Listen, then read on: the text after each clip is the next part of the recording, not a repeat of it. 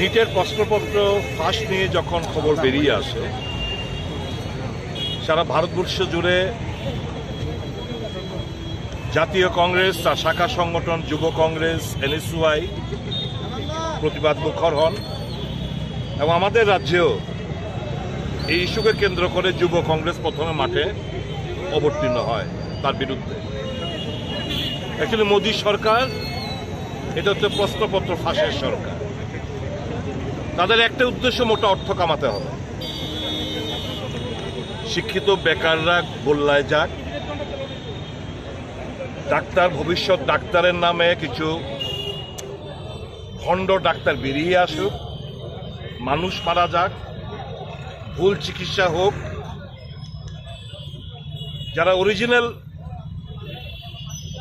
স্থান আধিকারিক যারা করা কথা ছিল তাদেরকে পেছনে ঠেলে দিয়ে যারা টাকা দিতে পেরেছে এবং এই প্রশ্নপত্রগুলো যারা পেয়েছে তারা দেখেছেন তারা বিশাল নাম্বার পেয়েছে, কেউ কেউ তো 720 মধ্যে 720। এমন বহু ঘটনা হয়েছে যারা 720 পেয়েছে ঠিকই নিতে, কিন্তু 12-এ তারা ফেল হয়েছে। তাদের সায়েন্স গ্রুপে দেখলে ফেল। এই সমস্ত ছাত্রছাত্রীরা তারা সুযোগ পেয়ে যাচ্ছে।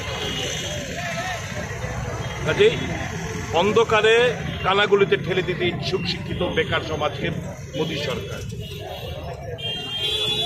এটা আমরা হতে দেব না। মোদী সরকার গত 7 বছরে দেশ জুড়ে 70টির মতো প্রশ্নপত্র ফাঁসের ঘটনা ঘটেছে। আপনারা বলুন, একটা দৃষ্টান্ত দিন যেখানে কারুর কনভিকশন হয়েছে, কারুর সাজা হয়েছে। মানুষের মেমোরি শর্ট লিভ। একের পর এক দেশ জুড়ে বিভিন্ন রাজ্যে ঘটনাগুলো ঘটে যাচ্ছে। কোথায় সরকার? যারা দোষী, যারাই ষড়যন্ত্র লিপ্ত, যারাই পেপার লিক করে মোটা অঙ্ক কামাচ্ছে, মেধা মার খাচ্ছে, যারা অনুপযুক্ত তাদেরকে সুযোগ পাই দিচ্ছে, কোথায়? কাউকে পেয়েছেন, দেখতে পেয়েছেন সাজা হতে? কাজে এই ভ্রষ্ট সরকার, এটা প্রেতাত্মার সরকার না, কি উনি বলেন পরমাত্মা, এটা প্রেতাত্মার সরকার হিসাবে পরিচিত দিয়েছেন। প্রেতাত্মার দ্বারাই সমস্ত কাণ্ডকারখানাগুলো সম্ভব। কোন সজ্জন ব্যক্তি দ্বারা এই সমস্ত ঘটনা সম্ভব না। কাজে মোদী সরকার হচ্ছে প্রশ্নপত্র ফাঁসের সরকার, দুর্নীতিগ্রস্ত সরকার। একটি শব্দ নেই মোদীর মুখ থেকে। আমরা জাতীয় কংগ্রেসের তরফ থেকে, ত্রিপুরা প্রদেশ কংগ্রেস শাখার তরফ থেকে আমরা দাবি জানাচ্ছি, অবিলম্বে ত্যাগ করতে হবে এবং এই সম্পূর্ণ প্রক্রিয়া বাতিল করে নতুনভাবে পরীক্ষার মাধ্যমে যারা মেধাবী ছাত্রছাত্রীরা তারা যেন সুযোগ পায়। আপনারা দেখেছেন এই ঘটনা ঘটতে না করতে ইউজিসির নেট পরীক্ষার বাতিল করতে হয়েছে। মানে ওখানেও প্রশ্নপত্র ফাঁস হয়েছে, ওখানেও দুর্নীতির ব্যাপার ঘটেছে। চলছেটা কি সারা দেশ জুড়ে? এর জন্য মানুষ ভোট। তাদের কাছে একটাই, তাদের কাছে কোন বেকার ফেকার ছেড়ে দিন, শিক্ষা ছেড়ে দিন, স্বাস্থ্য টেস্ট ছেড়ে দিন, অনলি 1 পয়েন্ট প্রোগ্রাম। টাকা উপার্জন হচ্ছে এদের মূলত তাদের ঠিক ঘৃণা জ্বালাই, ঘৃণা বর্ষাই দেশব্যাপী যুবক সম্প্রদায়ের তরফ থেকে। সর্বভারতীয় কংগ্রেস কমিটির উদ্যোগে সমস্ত রাজ্যে রাজ্যে আজ ভারতীয় জাতীয় কংগ্রেসের ত্রিপুরা প্রদেশ শাখা এই বিক্ষোভ কর্মসূচিতে আজকে আমরা সামিল হচ্ছি। প্রবেশিকা পরীক্ষা সহ নিট এবং নেটে সারা দেশে আজকে পেপার লিক হচ্ছে। ভারতবর্ষের সমস্ত যুব সম্প্রদায়ের মধ্যে এক হতাশাজনক পরিস্থিতি উদ্রেক হয়েছে।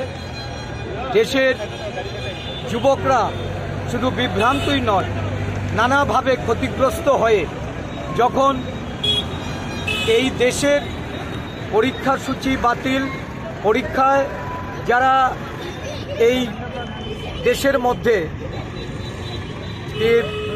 পরীক্ষা সংক্রান্ত বিষয়ে যে সমস্ত দুর্নীতি, এই দুর্নীতি যখন রাজ্যে রাজ্যে বিভিন্ন হাইকোর্টে মামলা হচ্ছে, তখন দেশের শিক্ষামন্ত্রী বলছেন যে এই ধরনের কিছু দুর্নীতি নেই, হয়নি। এই ঘটনা উনি প্রথমে সম্পূর্ণভাবেই এটা উনি অপোজ করেছিলেন। পরবর্তী সময়ে যখন মামলা হয় এবং সুপ্রিম কোর্ট এই ব্যাপারে নির্দেশ প্রদান করেন একত্রিতভাবে সুপ্রিম কোর্টে এই মামলার শুনানির জন্য, তখন এনটিএকে দিয়ে একটা তদন্ত তারা করার জন্য সিবিআইকেও ডেকেছেন। ঘটনাগুলি আজকে চোখে আঙ্গুল দিয়ে দেখিয়ে দিচ্ছে যে নরেন্দ্র মোদী উনি করাপশনের বিরুদ্ধে জিরো টলারেন্সের কথা বললেও দেশে করাপশন ঘটছে বিভিন্ন দুর্নীতিতে। আজকে এই শিক্ষা ব্যবস্থা বা জাতীয় শিক্ষানীতি এটাকে প্রণয়ন করে ভারতবর্ষের শিক্ষা ব্যবস্থাকে পঙ্গু করে দিলেও এই দেশের শিক্ষামন্ত্রীর বিরুদ্ধে বা শিক্ষামন্ত্রী এই বিষয়ে কোনো পদক্ষেপ না নিলেও দেশের প্রধানমন্ত্রী উনি টু শব্দটুকু করছেন না। আজকে সারা দেশব্যাপী এই নিয়ে প্রতিবাদ হচ্ছে, বিক্ষোভ হচ্ছে। আমরা বিক্ষোভে সামিল হয়ে ত্রিপুরা প্রদেশ কংগ্রেস, ভারতবর্ষের জাতীয় কংগ্রেসের এই যে আমাদের প্রিয় নেতা রাহুল গান্ধী দেশের ছাত্র সমাজ, যুব সমাজের প্রতি ওনার যে দায়িত্ব এবং এই কর্তব্য পালনে নিষ্ঠার সঙ্গে যে আহ্বান রেখেছেন, এই আহ্বানের সাড়া দিয়ে আজকে সারা দেশে হাজার হাজার যুবকদের স্বার্থে কংগ্রেস দল লড়াই অবতীর্ণ হয়েছে।